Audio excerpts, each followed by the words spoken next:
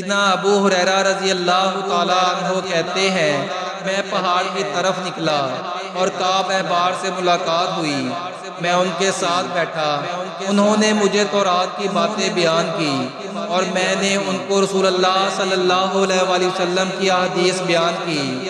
میں نے ان کو یہ بھی کہا کہ رسول اللہ صلی اللہ علیہ وآلہ وسلم نے ارشاد فرمایا بہترین دن کہ جس میں سورج طلوع ہوتا ہے وہ جمعہ کا دن ہے۔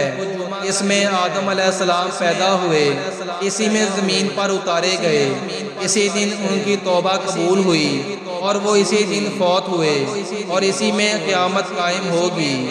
اس دن کو صبح سے طلوع آفتاب تک ہر جانور قیامت کے ڈر سے کان لگائے ہوئے ہوتا ہے، جن و انس کے علاوہ۔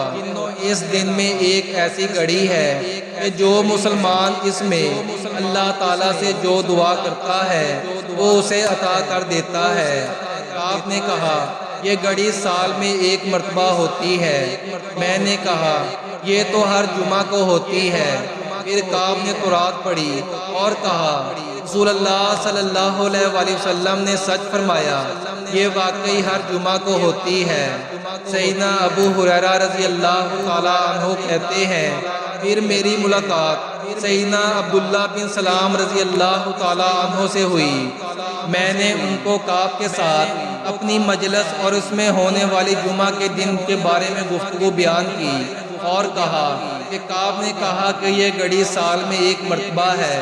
یہ سن کر سیدنا عبداللہ بن سلام نے کہا کہ کعب نے غلط بات کی ہے۔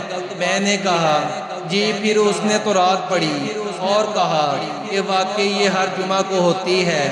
یہ سن کر انہوں نے کہا آپ نے سچ کہا۔